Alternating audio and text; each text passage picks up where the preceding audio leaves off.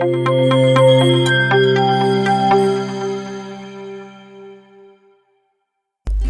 friends, welcome to Naik's Education Financial Management series. In this video, I will be continuing from my previous video of event study analysis.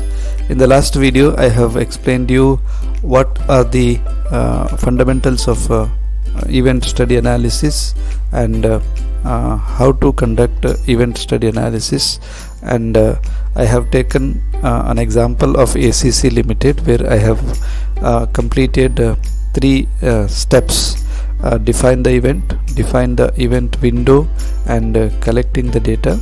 So in this video I will be explaining the remaining steps: estimate of expected returns, calculation of abnormal returns, and test for statistical significance. So I'll be taking you to my previous Excel file. So this is my Excel file where I have calculated the RI and RM, that is the company return and the market return, so that I can estimate the expected return now, and then abnormal returns, cumulative abnormal return, statistics, and the significance level. So to calculate the expected return, I said we have to run a regression, that is the market model, where company return has to be regressed with the market return. So let us do that regression first. So we have to have the data analysis tool pack for that. So let us check the data under data tab, data analysis tool pack. So it is already installed. If it is not installed, you have to install it. I have made a video on that, how to install the data analysis tool pack to your Excel. So if you have not installed data analysis tool pack, you can check, you can look into my video on how to install data analysis tool pack. So let's move ahead. Here you have to go to regression, select regression and click OK, and then now you have to give input Y range and give input X range. Y is our dependent variable, so dependent variable is RI, and X is the independent variable, that is the RM, that is the market return. So let us select the data for the regression model. So you can select including the heading here, and then Control plus Shift plus down arrow key, but it is up to the last day of the estimation period. Okay, estimation period is up to 23rd Jan 2024. And similarly, the dependent variable, you can select the same range of the market return. So then click on labels, because we have selected the headings as well, and that is why you have to click labels, so that the labels can be excluded from the calculations. And then you can click here output options, output range, and click here inside the box, and then click outside anywhere on empty cell where the results will appear, and then click OK.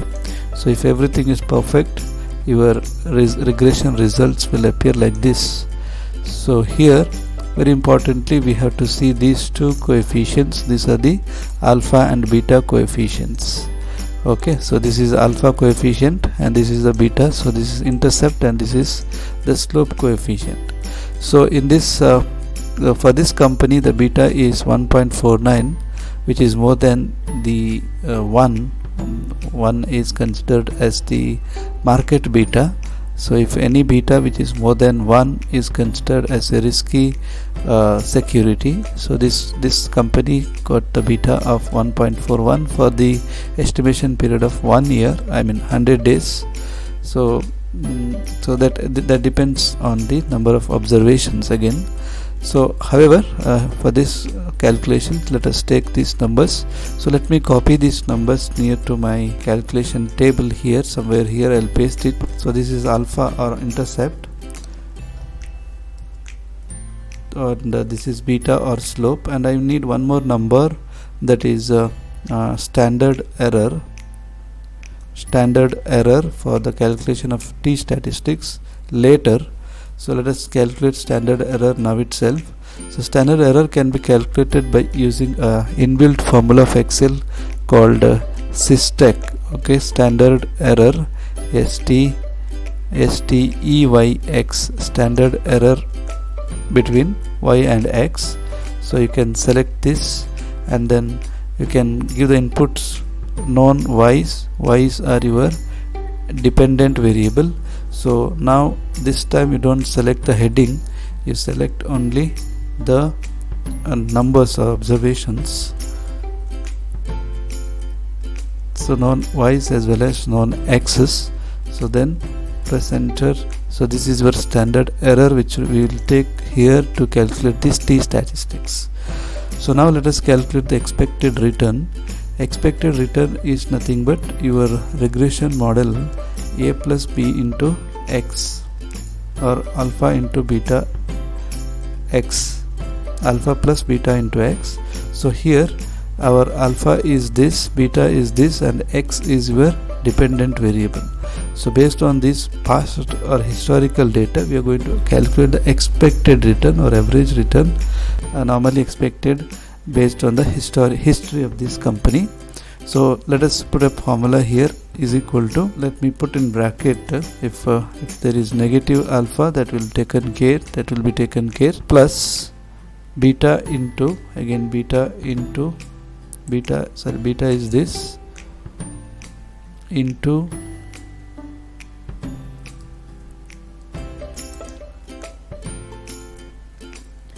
okay, we have to freeze this because we have only one single number, so we have to freeze this alpha and beta.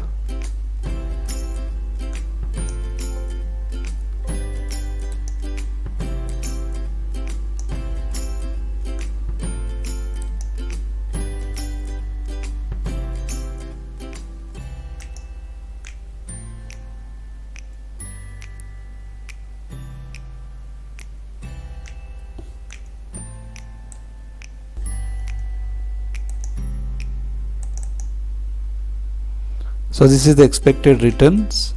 Now abnormal return is nothing but the difference between the actual return and the expected return. So actual return that the company gave is here, RI, and expected return is this. So we have to calculate the differences. So is equal to actual return minus expected return. So this is abnormal return or any excess returns. Now cumulative abnormal return, cumulative is the sum. So for the first day the number as it is, second day onwards previous day's number plus today's abnormal returns, and then you can drag it for the remaining days. So this is the accumulation. So in the last 10 days it has given around 8% of returns, and then the statistics, t statistics is nothing but abnormal return is abnormal return divided by the standard error. Standard error is here. So again standard error is a single number, so we have to freeze it by putting dollar signs. I have done it. So this is the t statistics. So now you can check whether these numbers are significant or not. So significant or not, here if this t statistics is equal or greater than 1.96, equal or greater than 1.96, 1.96, then it is significant, otherwise not significant. Now I'll press enter and then drag it for the remaining days, and except for day minus 3. So this is, if this is 0th day, and then minus 1, minus 2. So for except for day minus 3, for all the remaining days there is no any significant abnormal returns So this budget announcement has not impacted or that not resulted any significant abnormal returns. The stock price movement was normal even prior to the budget announcement and after the budget announcement. So there was no any significant boost from the budget announcement, or there was no any adverse effect of this budget on the on this particular stock. So this is how event study analysis can be done on individual companies, and you can do this for many companies of that sector. For example, I have taken the cement sector. You can do it for all the companies of cement sector, and then you can check for the average abnormal returns. So for example, if you do the abnormal returns for all the companies and then take the average of all those companies for all these days, and then if you check it, that will give you the clear picture whether on an average this particular event has impacted this particular sector of a cement and related sector. So now as a last step, you have to take these two columns. One is the days column and the abnormal returns column, and you can, or else here itself you can do it. So days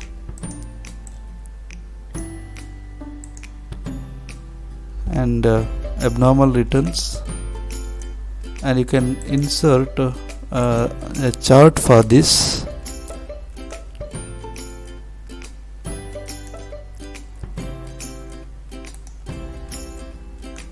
See here, the days are in this horizontal axis, and the abnormal returns are in this vertical axis. So if you plot this, your abnormal return plot, so you can check that there is a spike on this particular day -4 rather.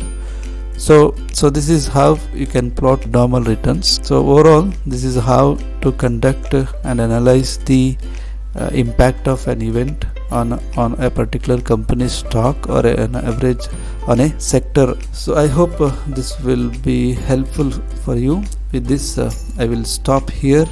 Thank you for watching.